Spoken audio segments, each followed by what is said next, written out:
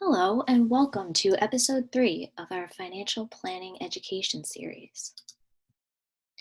During this episode, we'll dive into our cash flow reports and highlight some of the many planning points that we at Wescott review to understand where you are, your baseline, where you'd like to go, what goals you'd like to achieve, and then what planning we use to help you get there.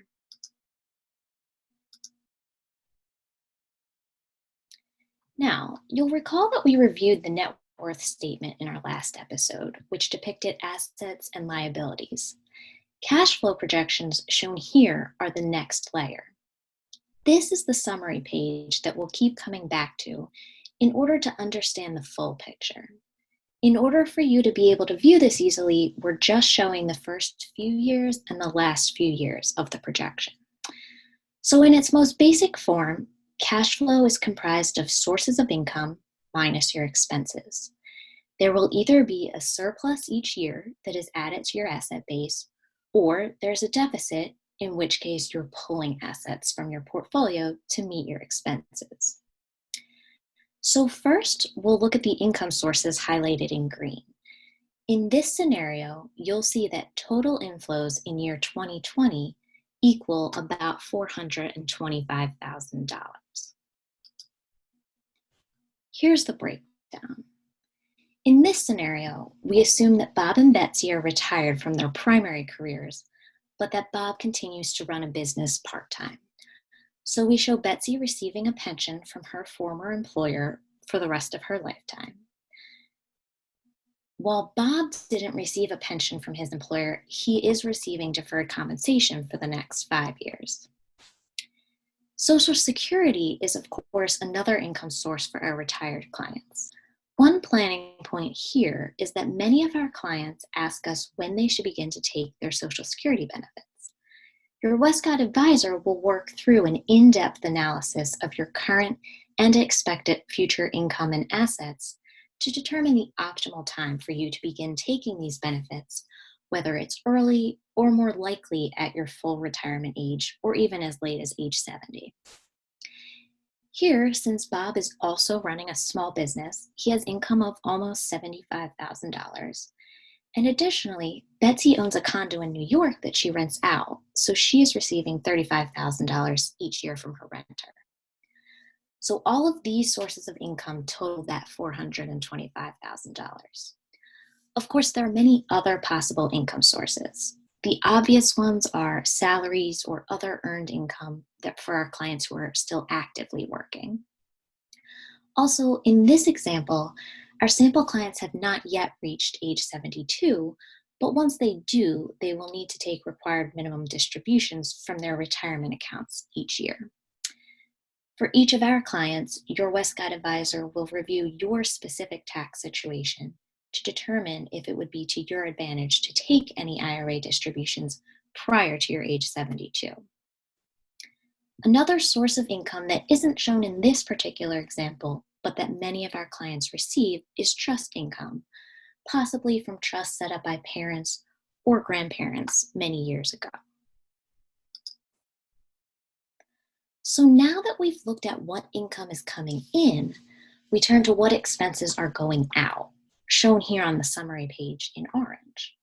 In this example, we show about $645,000 of total expenses in 2020. Let's take a look at the breakdown. Just as with the income sources, there are several categories of expenses. In this particular example, we show many of the expenses that are typical for our clients. We have $30,000 in expenses for upkeep of Betsy's rental condo in New York, as well as $50,000 each year for some significant travel. Bob and Betsy have also agreed to pay $50,000 each year toward their granddaughter's college expenses for the next 4 years. They also utilize the annual gifting exclusion to give $30,000 to each of their 2 children in each year. Plus, they like to give about $30,000 to charitable organizations. We also show the income taxes they owe, And then there's the catch-all of living expenses at $325,000 each year.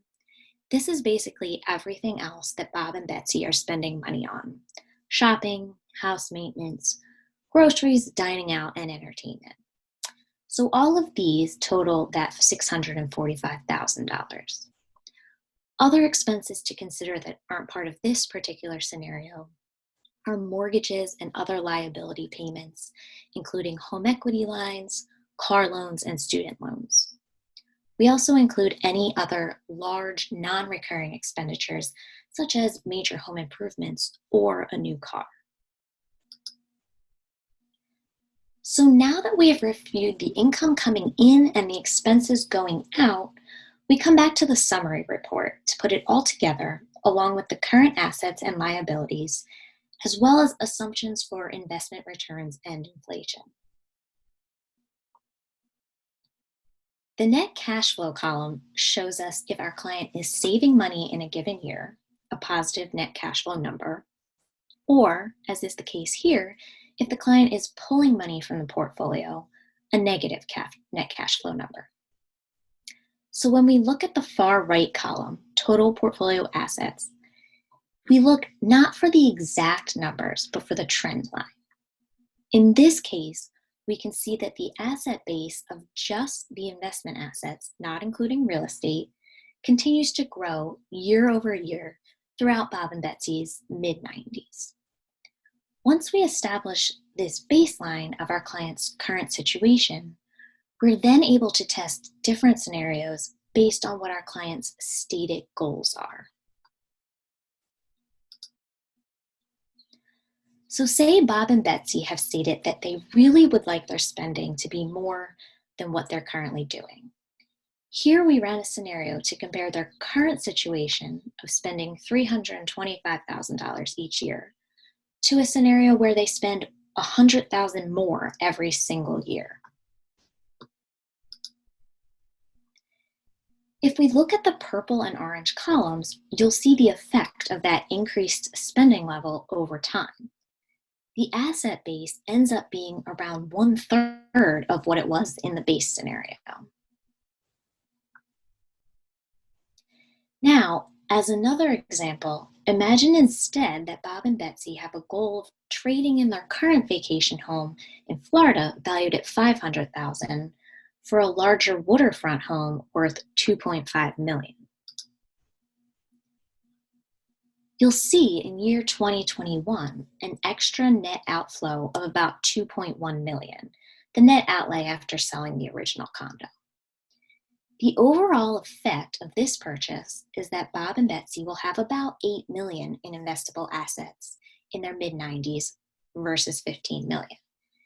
As you can see, we use various scenarios to illustrate your potential future plans or possibilities in order to understand the overall effect on the portfolio.